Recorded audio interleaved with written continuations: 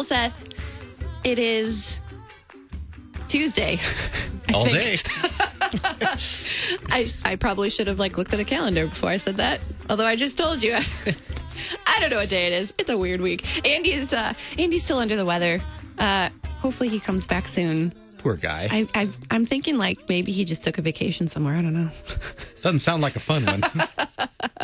No, feel better, Andy. We miss you over here. Absolutely. Yeah, it's been a long week of pushing the buttons on the board, but it'll be fine. It is Tuesday, January 15th. We are already halfway through the first month of 2019, which is a little crazy. But it's happening. A lot of stuff happening this month. March for Life coming up in just a couple of days. We'll be broadcasting from the March for Life at the end of the week, which will be exciting. Hopefully all of our technology behaves itself. And it's convention year, which is, oh boy, there's a lot happening. Rolling. We are rolling. I guess I should introduce the other voice that's in here. Reverend Dr. John Sias, Secretary of the LCMS, joining me in studio. Thank you for Good to be here. Coming downstairs and hanging out for a little while. Always fun to get a break from the work upstairs. Talking about convention, and I think the last time we were on talking about convention, it wasn't convention year yet. Things have rolled along, and Yeah. You're saying we're halfway through January. It's kind of a scary thought to me because I got a lot of things to do yet. Are there deadlines in January that are coming up? Well, we just got past a really major event, which was the meeting of the Committee for Convention Nominations. That committee is drawn in from half the districts each triennium. Mm-hmm. So 18 districts were represented here by lay people and professional church workers and went through about 360 nominations we received. Wow. For a total of about 70 offices in the Synod that the convention will elect in the summer of 2019. So they went through all those names and a ton of information and generated the slates that will appear if all those folks consent to serve in those positions before the convention. So that's an exciting milestone. Yeah. For all the offices and boards and commissions other than the president, first vice president, and regional vice presidents. Who are some of those people? That's a lot of positions that are voted in. Yeah, it's the only officer that's dealt with by the committee is the secretary.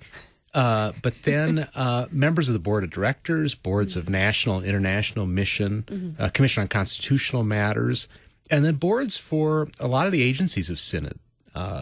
Lutheran Church Extension Funds, Concordia Publishing House, the Foundation, Historical Institute, and then all the colleges, universities, and seminaries of the Synod, and Concordia University System. So it's quite a list, quite a list of positions. Yeah, that's a lot of important people. A lot of make folks. a lot of important decisions. That will make a big difference for the Synod in the next 3 to 6 years and years to come, I think. Wow. Yeah. So that's those slates are done then? Those slates are done. What we're still working on is we're still taking nominations from congregations of the Synod for president, first vice president, and the regional vice presidents. So ballots went out to all the congregations some time ago and are due to be received by February 20th. Ooh, that's only another month. So, yeah, that's creeping up on us. And if congregations haven't gotten those in, this is a good time to have that meeting and send those. And if congregations have, I hate to say, lost their paperwork. Oh, no. Those have to be submitted on official ballots, but congregations are going to look for that and request an official ballot from us so we can get that out to them and they can have time to fill it out, get it properly signed, and get it back to us by that February 20th deadline. Yeah, it's like tax season except for nominations. Yeah, tax season comes a little early for the Synod, and several times.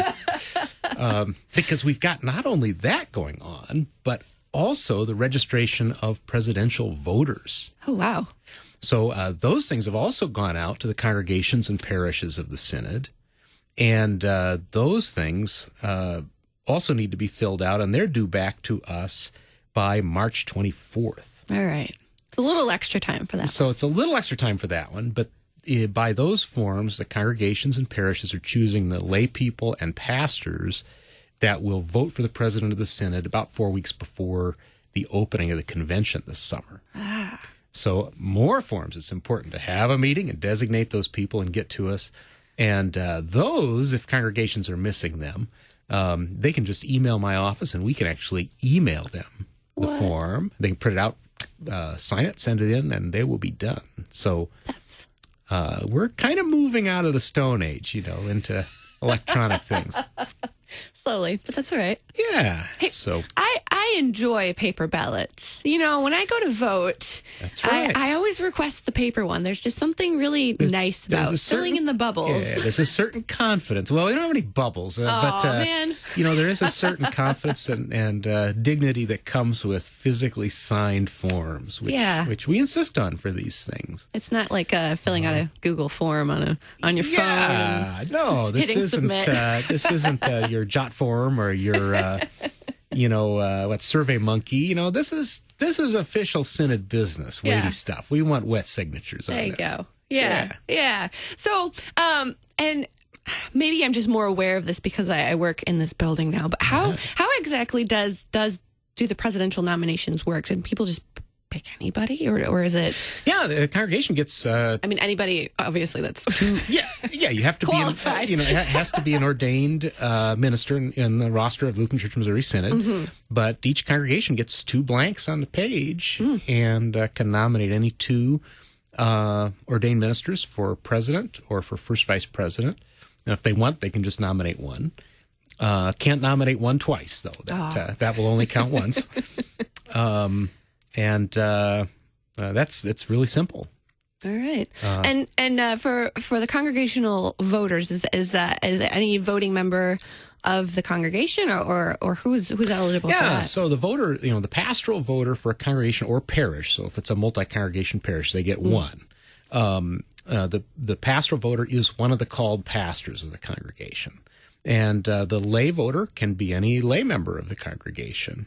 That the congregation officially designates on this form and, by an official congregational action. Mm-hmm. So those folks will vote on the president, and the ballot for president is set by the number of nominations that come in. So the top 3 nomination getters will go to that ballot for president. So there's no committee there, no judgment there. It's just strictly a numerical process, which makes it important that the congregations exercise their right to send those things in. If they've got an opinion, get it in the mix. Yeah, get those ballots in. Get them in. Yeah. All right. So we have a little bit of time left, which means we get to talk about overtures. Yeah. So congregations and other entities in the synod, but I'm going to stick with the congregations here, have an important opportunity to have other input into the convention besides into who gets elected for what positions. And that is the opportunity to write overtures. And an overture is just a request for the synod convention to do something. Mm-hmm. So if congregations have ideas about things that synod could be doing that it's not, or things it could be doing better, or concerns about our life together as a synod, or doctrinal things that they think synod should look into, problems of our age, what have you, any topic a convention can address, congregation can write an overture, and you can go to the synod website and see how this process all works and how to submit it. There's a template, there's some other rules, but can submit an overture to us. We'd ask probably about the first week of February. They're officially not due till March, but it'll help us if you can get the stuff to us pretty quickly here. Send that in. And that is the official way to get ideas in front of the convention and to propose things that they can do. And we've talked about some CTCR documents on here, and those are those things that have come out of overtures, or is that a different process? Yeah, some of the CTCR reports come out of requests from the convention. Mm-hmm. Others come from requests from other sources, needs for opinions. But by and large, the convention has used its CTCR well, I will say, and given them plenty of assignments to keep those guys busy. Yeah. There's been a couple of, at least I think the couple of recent ones that we've talked about. I think I think at least one of them has come from something that came out of convention. Right. So, right. yeah, these things, I mean, these things matter. They matter. Overtures become resolutions or bylaws, and they actually cause things to happen. Yeah. So, important stuff. Exciting opportunity, and one I hope many, many congregations will take advantage of. Yeah. So we have about a minute left, but what is the life cycle of an overture? You mentioned overture to resolution to bylaw. So the overtures are submitted by congregations or other entities in the synod. They all get put into the workbook, which is published very rapidly in March and sent out, put on the internet, sent out to the delegates and others. And then there comes floor committee weekend, when floor committees that are assembled from the convention delegates and representatives come together to work on all those and kind of get them tuned up into the form that is ready to go to the convention. And so they become proposed resolutions, and those will come out in the first edition of Today's Business so that the whole synod can see what's going to come to the convention. And then they hit the floor there, and everybody goes to work on them. All right. Sounds exciting. I remember 3 years ago, floor committee weekend, there are a lot of people here. It's a blur. But exciting time and important work. Yeah. So Convention 2019 is in July? Convention is in July, starting July 20th in Tampa, Florida. All right. It's soon. Sooner than we know. Counting down the days. All right. Reverend Dr. John Sias, Secretary of the LCMS, thanks so much for joining me to talk about conventional things this morning on the Coffee Hour. Great to be with you, Sarah. And Andy, hope you feel better soon. Yeah.